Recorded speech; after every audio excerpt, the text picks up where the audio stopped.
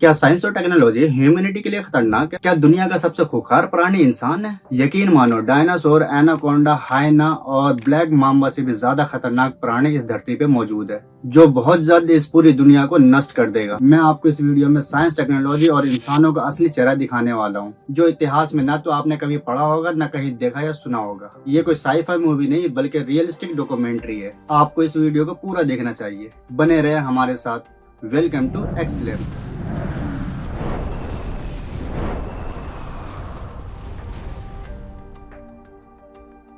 आज से तकरीबन 450 करोड़ साल पहले जब इस पृथ्वी का जन्म हुआ, उस वक्त ये पृथ्वी इंसानों के रहने लायक नहीं थी। फिर कई रेवोल्यूशंस हुए। उसके 20 करोड़ साल बाद इस धरती पर जीवन के लिए उपयुक्त परिस्थिति विकसित हुई। फिर सबसे पहले इस धरती पर जीव जंतुओं ने जीवन की शुरुआत की। क्रिटिशियन, ट्राइसिक एंड जुरासिक समेत जीव जंतुओं ने इस धरती पर 429 करोड़ 77 लाख साल राज किया। वैज्ञानिकों की मानो तो इंसानों को इस धरती पर जन्म लिए हुए 3 से 3.5 लाख साल ही हुए हैं। मात्र इन 3 सालों में ही इंसानों ने आधे से ज्यादा धरती को नष्ट कर दिया। इंसानों द्वारा सबसे ज्यादा नुकसान पहुंचाया गया जंगलों को। विकास के नाम पर जंगलों को अंधाधुंध बड़ी बेरहमी से काटा गया, जिसका बहुत ही खतरनाक इम्पैक्ट पड़ा इस धरती पे। जीव जंतुओं का घर उजाड़ कर उसका विकास रोक दिया गया। पेड़ कट जाने की वजह से ऑक्सीजन की मात्रा कम हुई और कार्बन डाइऑक्साइड की मात्रा बढ़ गई, जिससे सांस लेने वाले हर जीव को उसका नुकसान हुआ, जिसकी वजह से पूरी धरती पर क्लाइमेट चेंज का असर देखा जा सकता है। ग्लेशियर पिघल रहे हैं, समुद्री जलस्तर बढ़ रहा है, सैकड़ों सालों से सोए हुए ज्वालामुखी फिर से आग उगलने लगे हैं, जंगल आग से खाक हो रहा है। ऑस्ट्रेलिया की आग कोई कैसे भूल सकता है? उस आग में करोड़ों जीव मारे गए। इन सब का जिम्मेदार कौन?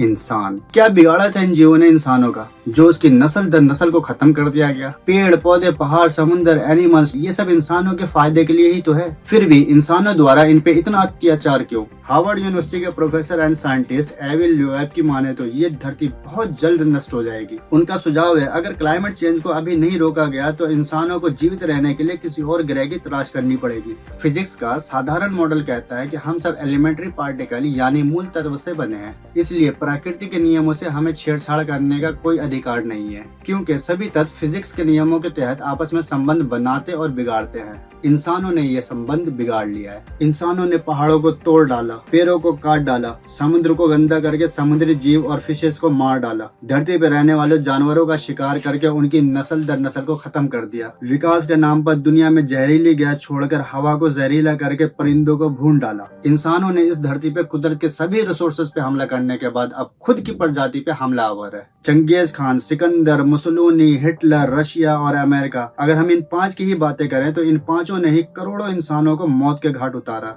31 मई 1162 को पैदा हुआ चंगेज खान युद्ध के दौरान लगभग 4 करोड़ इंसानों को मार डाला। उस वक्त की आबादी के हिसाब से तकरीबन 10% लोगों का इस धरती से सफाया कर दिया। मानव जाति का यह व्यक्ति इतना खूंखार हत्यारा था कि वो जिस शहर से गुजरता वहाँ के इंसानों को इस धरती से नामो निशान मिटा देता। एक बार तो उसने 1 घंटे में 17,48,000 लोगों को मौत के घाट उतार दिया। सिकंदर, जिसे दुनिया अलेक्जेंडर द ग्रेट कहती है, जिसने अपना साम्राज्य खड़ा किया पूरी दुनिया पर, कोई मानवता का काम करके नहीं, अपनी ही प्रजाति के लोगों से जंग लड़के, उनका कत्लेआम करके, और दुनिया वाले इसे महान कहते हैं। 29 जुलाई 1883 को इटली में पैदा हुआ एक बच्चा बड़ा होकर मुसोलिनी नाम से जाना गया। उसने अपनी ही प्रजाति के 7 लाख लोगों को मौत के घाट उतार दिया। हिटलर का नाम तो हमारे भारत में बहुत ही प्रसिद्ध है, क्योंकि उसके मानने वाले हमारे मुल्क में भी बहुत है। हिटलर ने 60 लाख लोगों का कत्लेआम किया, जिसमें 15 लाख तो सिर्फ बच्चे थे। उसके बाद सन 1914 से 1918 तक इंसान ज़ॉम्बीज की तरह रिएक्ट कर इंसान एक दूसरे को मार डालने की प्रतियोगिता शुरू कर दी, जिसका नाम दिया वर्ल्ड वॉर 1,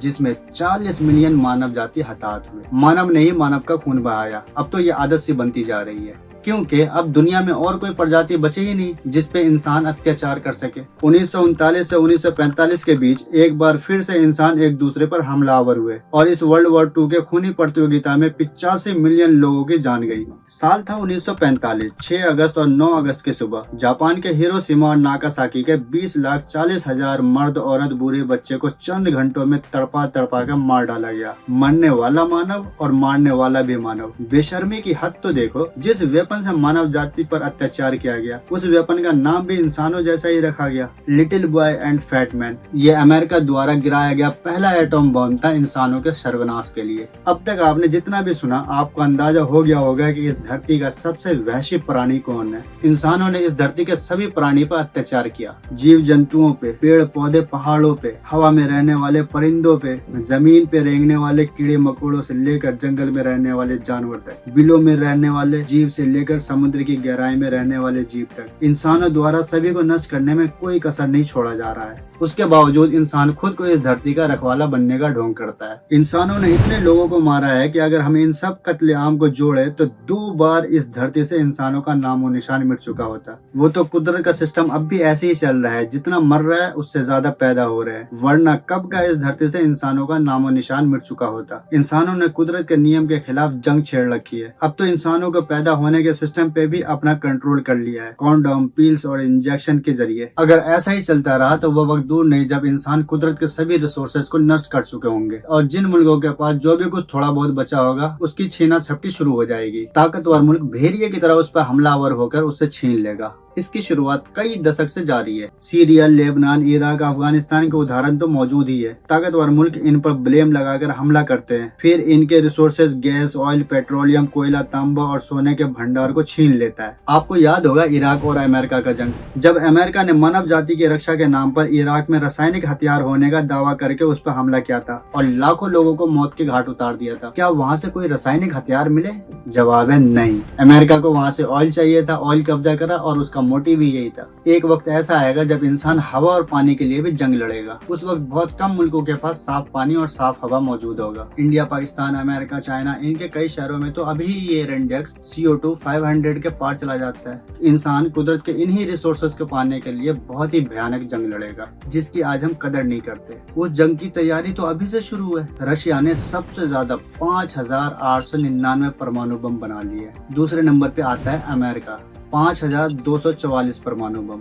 फिर चाइना 401, फ्रांस 290, UK 225, पाकिस्तान 170 परमाणु बम, फिर इंडिया 160, इजराइल 90, नॉर्थ कोरिया 30 और भी मुल्क इस प्रयास में लगा हुआ है, जैसे तुर्की, ईरान और साउथ कोरिया। अनकरीब बहुत जल्द पूरी दुनिया के पास परमाणु जैसे हथियार होगा। सोचने वाली बात है, इतने सारे परमाणु बम जिस पे $1 ट्रिलियन से ज्यादा खर्च किया गया हो, जिसे बनाने की होड़ लगी हुई है। क्या वो इसे शोकेस में रखने के लिए बना रहे हैं या किसी और प्लैनेट्स के एलियन से लड़ने के लिए? जी नहीं, ऐसा बिल्कुल नहीं है। इंसान खुद अपनी ही प्रजाति से लड़ने के लिए बना रहा है। ऐसा करके इंसान खुद अपने ही हाथों अपनी ही दुनिया को नष्ट करेगा, बिल्कुल वैसा ही जैसे ये दुनिया बनी थी। पहले बिग बैंग हुआ, एक बड़ा धमाका, फिर करोड़ों साल लग गए एटमॉस्फेयर को ठीक होने में।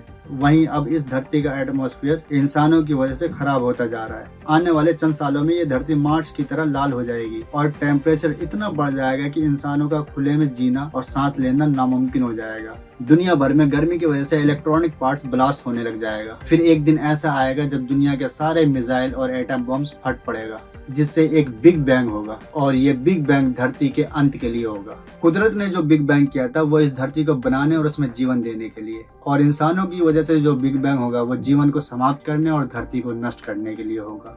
इंसानों के कर्मों की वजह से होने वाले बिग बैंग का नाम दुनिया भर के सभी धार्मिक किताबों में मौजूद है, कयामत। इस तरह इंसान खुद की दुनिया का अंत करने जा रहा है। हालांकि दुनिया में कुछ लोग और NGOs हैं जो इस धरती को बचाने की नाकाम कोशिश कर रहे हैं, जैसे WWF। ये दुनिया का सबसे बड़ा ऑर्गेनाइजेशन है। इसके 5 मिलियन से ज्यादा फॉलोअर है, जो 100 से ज्यादा मुल्कों में काम करता है। वे लगभग 1300 परियोजनाओं पे काम करते हैं और उसका समर्थन करते हैं। इन जैसे और भी ऑर्गेनाइजेशन है जो क्लाइमेट चेंज पे काम करते हैं। 350 ORG, Climate Foundation, Greenpeace, Earth Island Institute, Friends of the Earth, इन जैसे सैकड़ों ऑर्गेनाइजेशन है जो इस धरती को बचाने की जिद्दोजहद कर रहे हैं। आप भी आने वाली नस्ल के लिए पेड़ लगाएं और मानवता की रक्षा के लिए आवाज उठाएं। वीडियो अच्छी लगी हो तो सब्सक्राइब एंड शेयर करें।